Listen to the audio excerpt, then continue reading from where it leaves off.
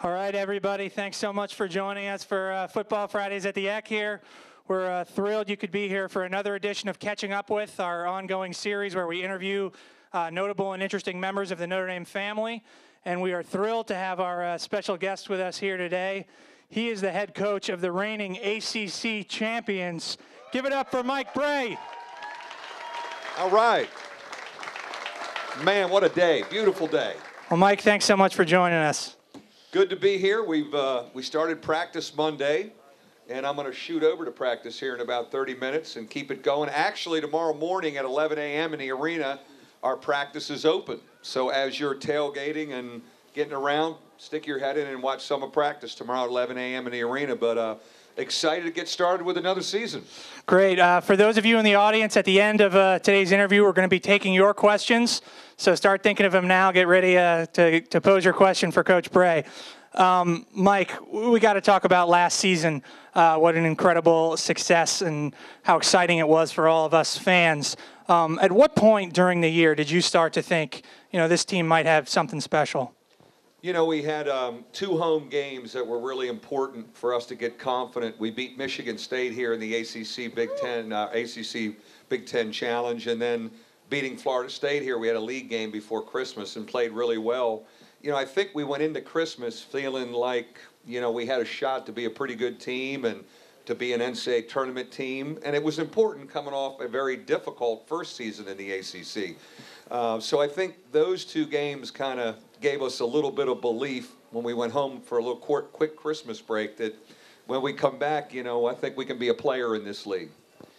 You also had the huge early victory at home in the ACC schedule over Duke. You were a longtime assistant to Coach K. What is it like for you going up against him? Your kind of former mentor there. I love kicking his backside. All right.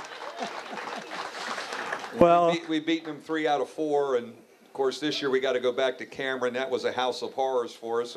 I think we'll handle a little bit better, but there's no question, when you beat that program that's one of the blue bloods of the league, it helped kind of establish you in the league. And again, the same goes for North Carolina, that we've, had some success against them as well. But we've had great games. The 2 home games here against Duke, our crowd was great. Many of you were there. I mean, we were down in both of those games and came roaring back. I think that's one of the things that's attractive about being in the ACC. You've got the Duke and the North Carolina thing now, and that's been attractive. I think it's given our program momentum, and we had such a great identity in the Big East, a very consistent identity, and you change in leagues and you want to maintain that, and after the first year you're wondering. So I thought it was important for us last year to really bounce back. And then to win I still think we're educating our fans of what the ACC tournament championship means, and the tradition of that league. I had more Clemson fans, people pissed saying, we've been in the league 50 years. You've been in it 2, and you won the championship.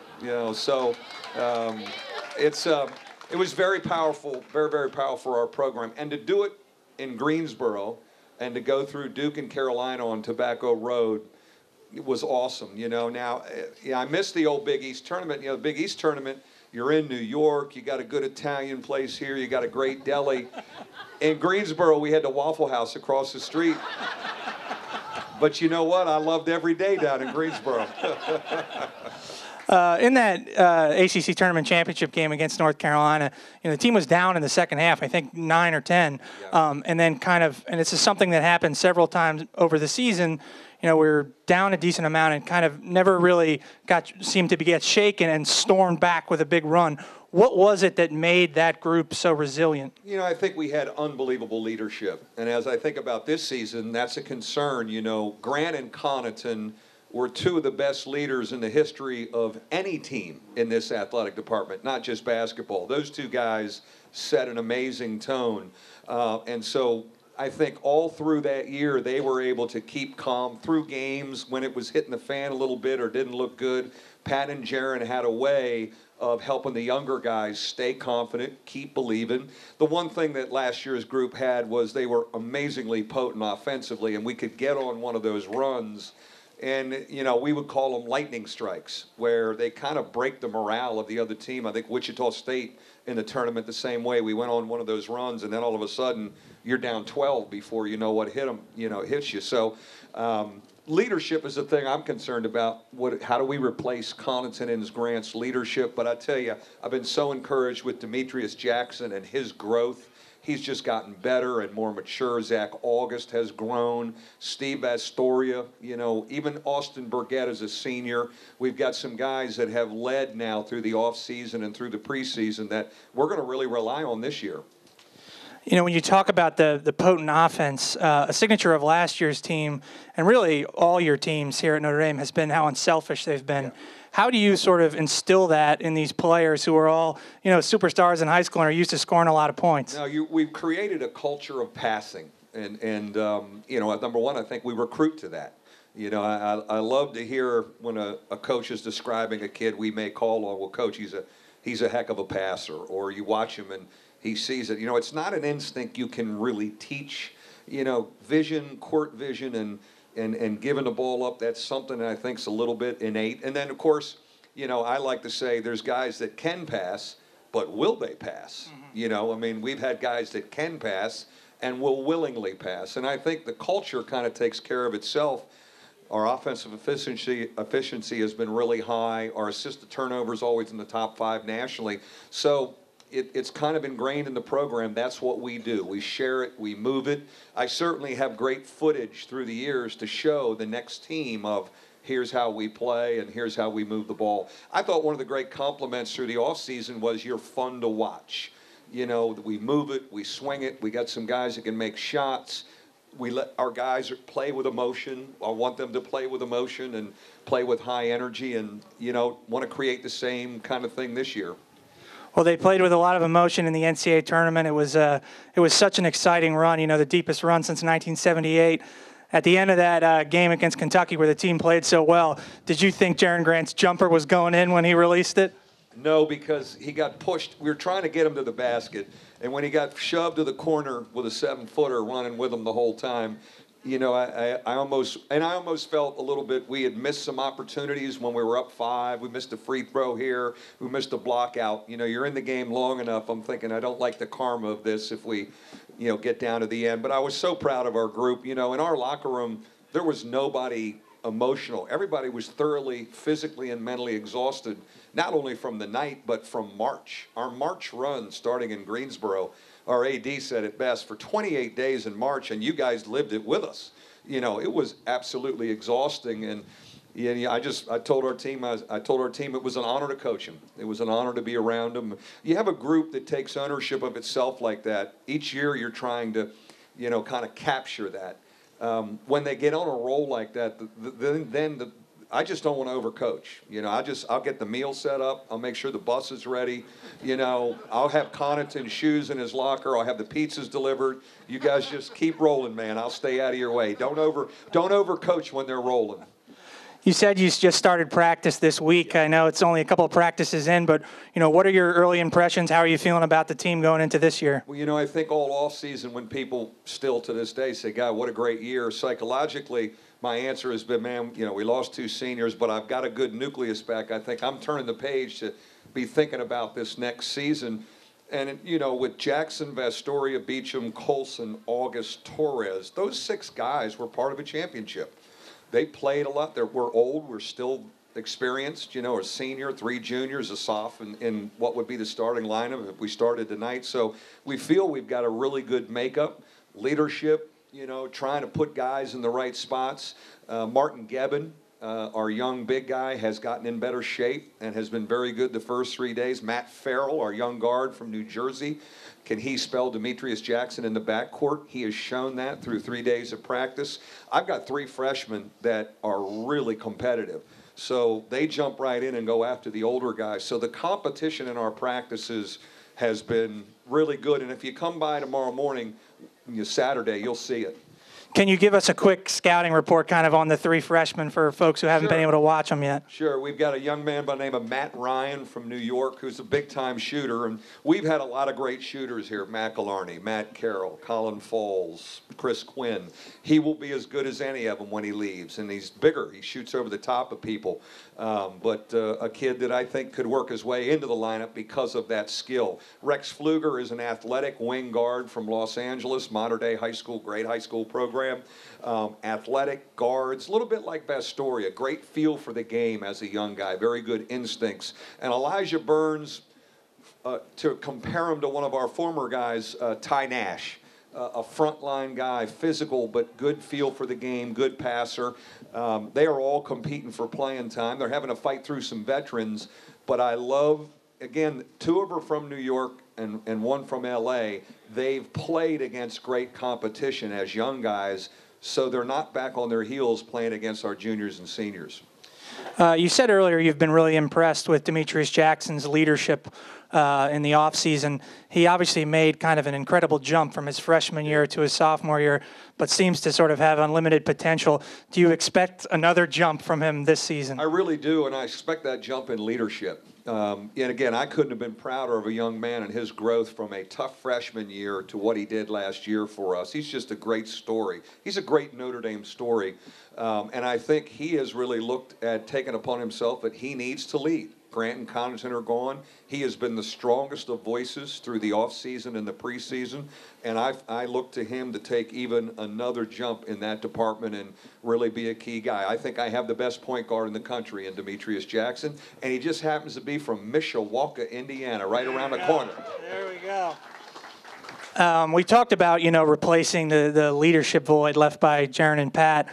Other than leadership, what are kind of your biggest concerns going into this year? When you put Beecham and Colson in the lineup for Grant and Connaughton on the defensive end, you're better and you're longer. Beecham and Colson both have 7-foot wingspans, so we cover more ground defensively when you add those two to August. Bastoria and Jackson are two of the best defensive guards in the country. So I think I like where we're at defensively. We're trying to find our identity offensively because Bonzi, we've had those, what they call stretch foremen who can face the bucket and make a three-point shot, and it keeps your spacing really good. Bonzi doesn't play out there all the time, but he's getting comfortable doing it some, yet we want him posted up because he's so unique around the bucket. So I think we're trying to find ourselves on that end of the floor. The bar is high. These guys have been amazingly focused. There's part of them, this is what's great about competitors. They're kind of tired of hearing about that we're going to take a dip because Grant and Connaughton are gone. They got a little chip on their shoulder like, hey, we love those two guys, but we're pretty good too. So I've not had to set any tone. They've set a great tone within themselves to want to chase it again and do something special. The home season starts at the end of this month. When are we going to be raising that banner for the ACC champs? We're going to raise that ACC banner the night before the Wake Forest football game. I believe that's the 13th of November. We open. St. Francis of PA will be here, and we'll drop that banner. We need to drop it. Now we need to move on and chase another banner. But it'll be a fun night that night.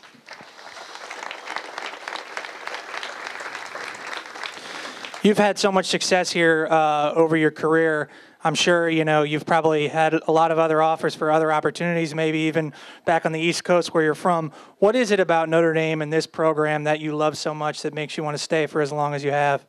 I'm very honored to be here. 16 seasons, that's a long time in the coaching profession. I've seen a lot. 5 football coaches, 2 ADs, 2 presidents. I just keep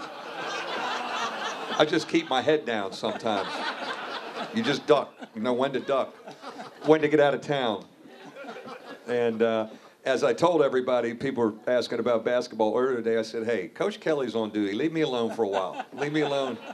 Give me till December 1st. But no, it's an honor to be part of this place. It's amazingly special.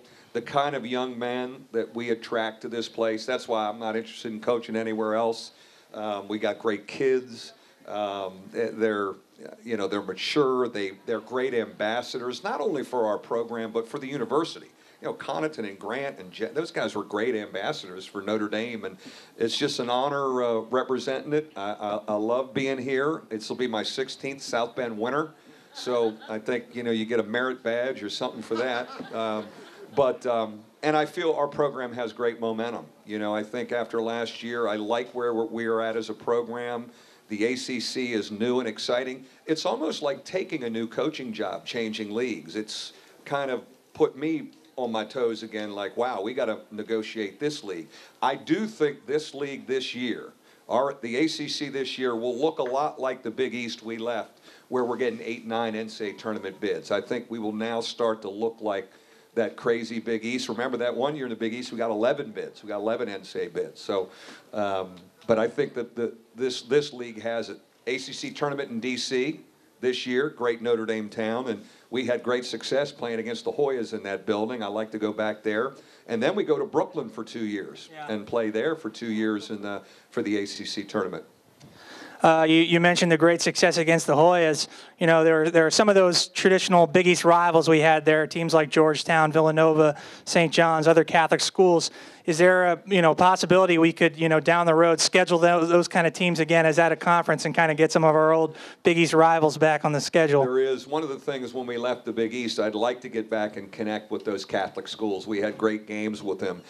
Looks like we'll play Villanova next year in the Rock in the Prudential Center in Newark in what they call the 9/11 Classic. It's a benefit, and we have a great Wall Street presence with Notre Dame.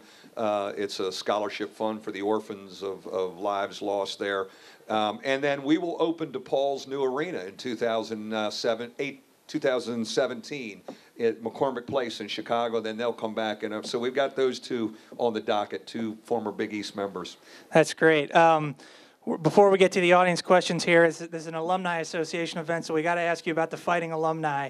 Yes. There's this thing called the basketball tournament. For those who are unfamiliar, a lot of former NBA players and other big-time basketball players get teams together. In the last 2 years, a group of former players of yours from all different years, from Turin Francis up to Eric Atkins, have entered. They won the tournament the first year, got upset kind of, I think, in the round of 16 this year. How exciting has it been for you to watch that group of guys from your whole tenure here really playing together?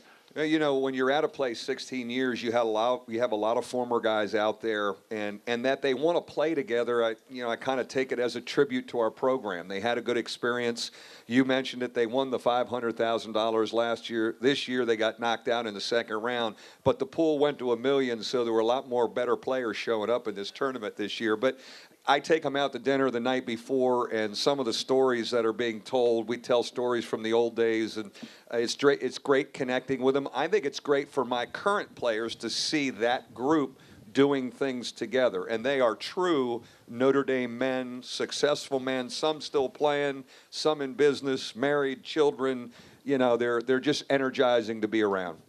And this week you just had an exciting announcement that you announced. Can you fill us in on the new plan for students for tickets to hoops games? Yeah, we're going to make the student tickets free. I think that's great. We should. And we want to make it easier for them to get over and get in there and support us, because there's no question we've been really good in that building. And when the students are in that end zone letting loose and maybe saying a few things to Boeheim or Patino, that's always helpful too. That creates a great atmosphere. So Jack Swarbrick and Jack really pushed this thing. I give a lot of credit to our AD, who's been really supportive of our program to kind of push that. So we want to get the students in there because the energy it's a great place to play.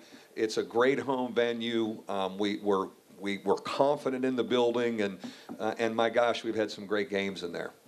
All right, we're going to open it up to the audience now. Raise your hand if you've got a question. We got folks coming around with microphones. Yeah, the Naval Academy now hosts a Veterans Classic every year around Veterans Day. When is Notre Dame going to come and play at the Naval Academy in Annapolis? We should come down there and play in that. I've talked to the guy who runs that. And Ed DeChellis and I are really good friends. So that's something you could see us in the next couple of years. How about Navy comes here and plays first? Get that done and get back to me. Get that done and get back to me.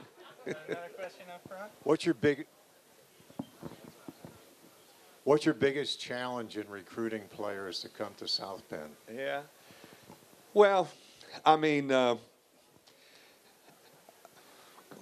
not weather. We fool them with weather. We get them in. We get them in beforehand. Get them in early. Well, I think right now we've closed the gap on some stuff. Our game day arena is great. The league is a great selling point. I think the biggest thing you worry about is our pool to pick from is smaller because of our academics. Now, I look at that as a positive because it kind of identifies, the clientele that we want here and can really make it, and I think I have a good feel of that. It just doesn't leave you much depth if you don't get your A-list guys, but I think we're in a really good position moving forward. We're in the process of doing the practice facility, which is needed. We have to get that done. Everyone in the ACC has that ammunition. So we're closing that gap. But I feel really good about what we're selling here. Our style of play has been a great selling point. And, again, that you're playing in this league now, the highest profile league, it's really positive. Who else has a question? Hi, Coach. Hi, Coach. You talked a lot about leadership on the team. I want to thank you for your leadership in bringing winning basketball back to Notre Dame. Thank you very much. Just had one other thing. Am I out here? Oh, Jerry Grant is impressing everyone in New York on the Knicks. I just wanted your comment on his potential in the NBA. We couldn't have landed in a better spot. There's a need there. It just worked out great on draft night, even though he was drafted by the Wizards and then traded to the Knicks real quick. And it was funny on draft night. We were in a green room. His agent came up and sat down and said, okay, the Wizards are going to draft you, but don't get too comfortable in the hat because the Knicks are going to take you. And his dad and I are like, oh, I like that. And Jaron's he couldn't gather it. He was spinning, it just blew his mind. I wouldn't be shocked if he's a starting point guard very soon for the Knicks, and maybe they can come in there and steal that 8th or 7th spot in the playoffs because he's a long-time pro. I don't think there's many guards even in the NBA better off the ball screen than him. He's just a great decision maker off of that, and the screen roll stuff is so big in the NBA. How about Pat Connaughton in Portland? What are your... Yeah, Pat's. I love where Pat is. He got a 2-year guarantee. That doesn't always happen with second-round picks. He was the 41st pick. They traded a lot of guys. I don't think they're going to win many games, but he's going to play, and that's good for him. He's going to get reps, and he's going to play. And the one thing about Pat Connaughton is people have always told him he couldn't. You weren't going to be a major college basketball player. You're not going to do this. So as soon as you doubt him, he just comes right back and proves you wrong. And just an amazing story, amazing kid, and a fantastic leader for us. Any more questions from the audience? Coach, speaking to the leadership, obviously there's probably a big loss losing Jarian and Patrick both. Who do you see as the players that seem to be assuming the role of that? Because obviously from games like Butler last year, you saw Patrick's leadership, you saw Jarian's leadership, pulling those guys together at the end of that game. What players do you see assuming that role? I think there's 4 guys that have really assumed that role through the offseason and the preseason. Austin Burgett, he's a senior for us. Zach August, Demetrius Jackson, and Steve Vastoria. Does that mean we'll have 4 captains when we vote here in the next week? I doubt it. But those voices have been the voices. And I would not be surprised by the second half of the season that Bonzie Colson starts to become a voice because he's a very confident guy, and now he'll be a starter and play more minutes. But we got to keep cultivating that because we did lose huge, mature, poised leadership in those 2 guys. Hey, Coach. Hi, Coach. Greetings from New York City. I've come all the way from Staten Island, New York. Apologize for my voice because my allergies are killing me. I followed your program since one of your former students is a kid from Staten Island where I helped coach high school. His name is Kyle Marcolani. Sure. I have so many gray hairs for a young kid of him hitting jump shots from half the gym and beating my guys down over there at Curtis. I just want to say, how is the recruiting? I missed your beginning here. Apologize. Yep. How's the recruiting around in the Big Apple? And hopefully we get more Kyle Marconi's to you. Oh, by the way, I found out recently he just came a dad. Yes. I was over in Europe playing basketball and keeping the Irish pride going around trying to play basketball in the pros. Kyle McElharney was one of my favorite. He's in France. He's got a great contract in France. Just had a little boy this summer. He'll be a really good coach one day, but he's going to play for a while longer. As far as New York recruiting, two of our current freshmen, Elijah Burns and Matt Ryan, are New York guys. So, D.C. to Boston is a great corridor for us. We've had Grant and Eric Atkins, D.C. We've got 3 New Jersey kids on the roster. Boston has been good to us. Zach, Connaughton, Bonzi, and New York right now with Elijah. So that's a great corridor. And I use this with our staff. When you get them off I-95, they have an edge about them. There's an I-95 edge that you need that in this league. Yeah. Oh, he had a chip on his shoulder all the time, and fabulous young player. And you know what? He's another great story like Jaron. Both of those guys were suspended from our university. They could have left. They took their medicine. They came back. They graduated from here, and they're great Notre Dame stories. We got time for one more. Coach, when it comes to recruiting, what do you look for in a player? I'm looking at you. You look like a heck of a future. You look like Matt Carroll in 15 years. I'm going to offer you a scholarship right now. Are you ready to commit? Okay. You know what? We've got to look at the transcript first. What kind of student is a young man? You got to ask. I'll ask 2 questions before we talk basketball with a coach. What kind of student, what kind of guy is he? Those are the first things. And, of course, as far as basketball goes, we love basketball IQ. Guys that know how to play, can pass, share the ball, have a feel for the game. Can you shoot it? Yeah. You look like you can shoot it. All right? Thank you. Go Irish. We got to get Coach off to practice here, but I want to bring up Dolly Duffy, the Executive Director of the Alumni Association, real quick.